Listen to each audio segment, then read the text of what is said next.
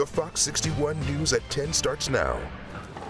After a wet day filled with snow and rain across the state, there's a new concern. We're watching for your morning commute. Thanks for joining us for the Fox 61 News at 10. I'm Brent Harden. And I'm Sarah Sanchez. Chief Meteorologist Rachel Frank is here with the first check of the forecast and what the start of your day could look like tomorrow. Anything like we saw yesterday, Rachel? Or today, sorry. I'm with you. Confused. It feels like this has been a massive day, so I understand where you're coming from here. But it looks like we could see areas of black ice. It's not going to be as messy as it was during the day today, but if you have any areas of standing water or you have any areas of standing slush in front of your home, that will all harden up tonight and it will turn to ice. So make sure you're throwing some salt on the front steps or watch your first step out the door. If you're stepping on any untreated sidewalks or secondary roads tomorrow, just make sure you're leaving yourself some extra time and check in with the Fox 61 Morning Show crew. They'll let you know if there's any trouble spots to begin the day. In the meantime, the radar that is on Long Island that has the best view of Hartford County is down. So I'm not going to zoom in on this. We're kind of taking a composite of other radars nearby, but there are some snow showers out here, and there is a chance that some areas could pick up an additional dusting or coating of snow. That's all there would be, but I still wanted to give you a heads up in case you're wondering what's on top of your car tomorrow morning. There's also a few sprinkles here in eastern Connecticut, but this is our system and it is moving on out.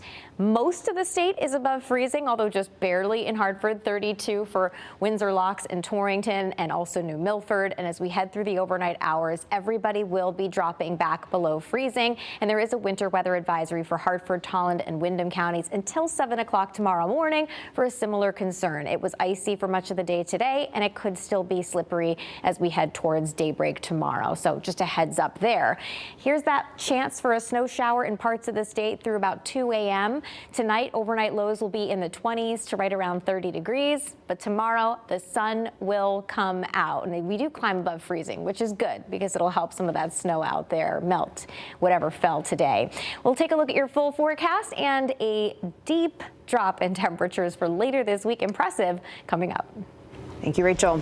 We'll take a look at this video here. A large tree came down in Meriden. Part of it appears to be on a condo unit.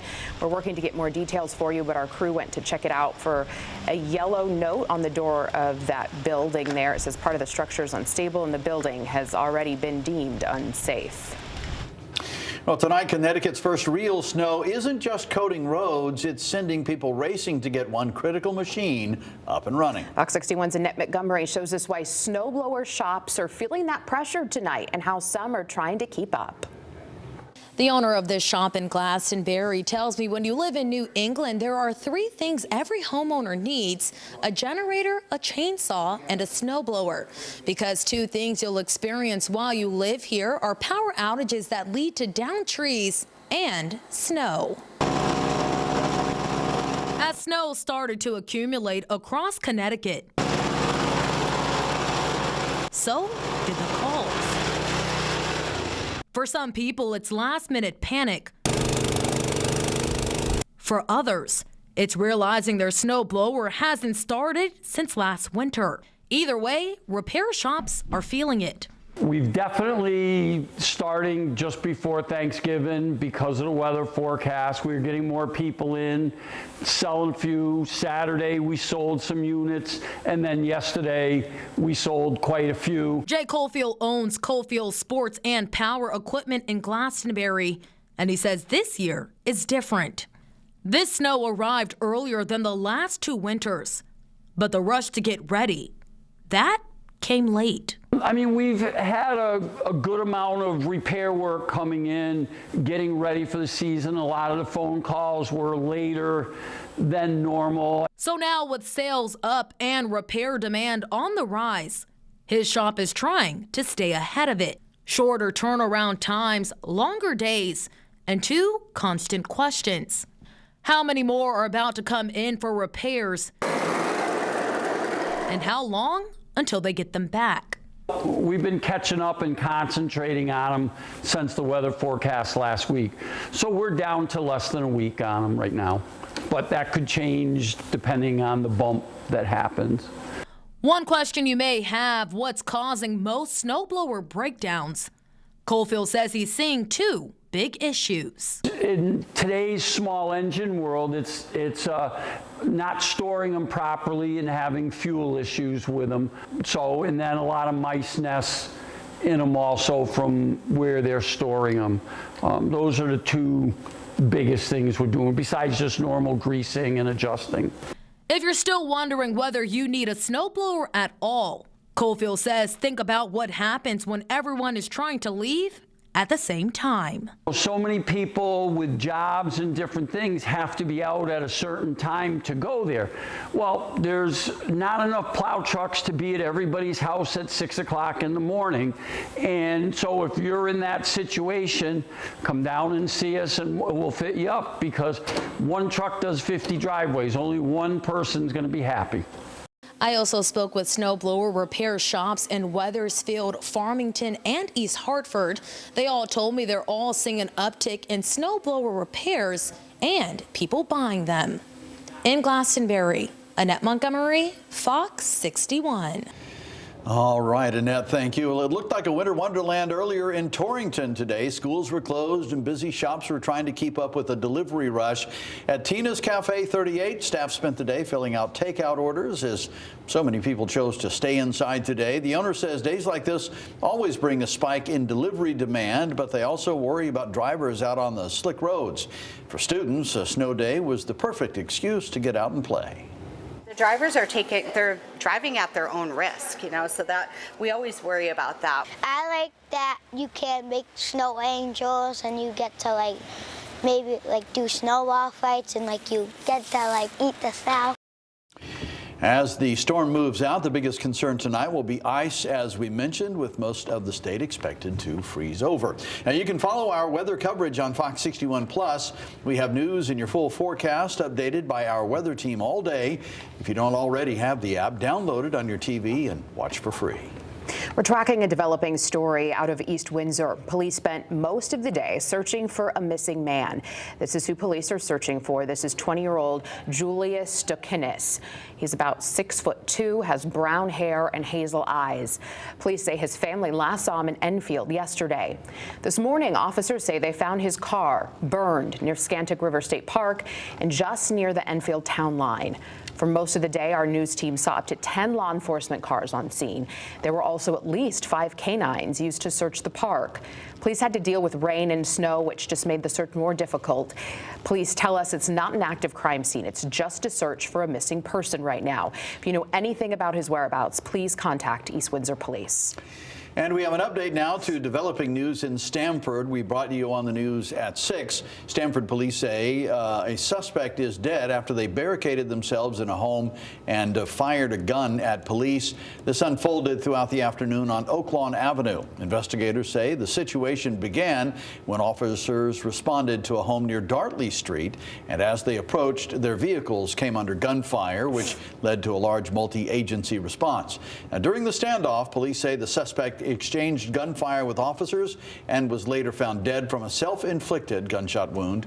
The Connecticut State Police Major Crimes Unit is now investigating. Police say there is no threat to the public, but they had previously asked people to avoid that area.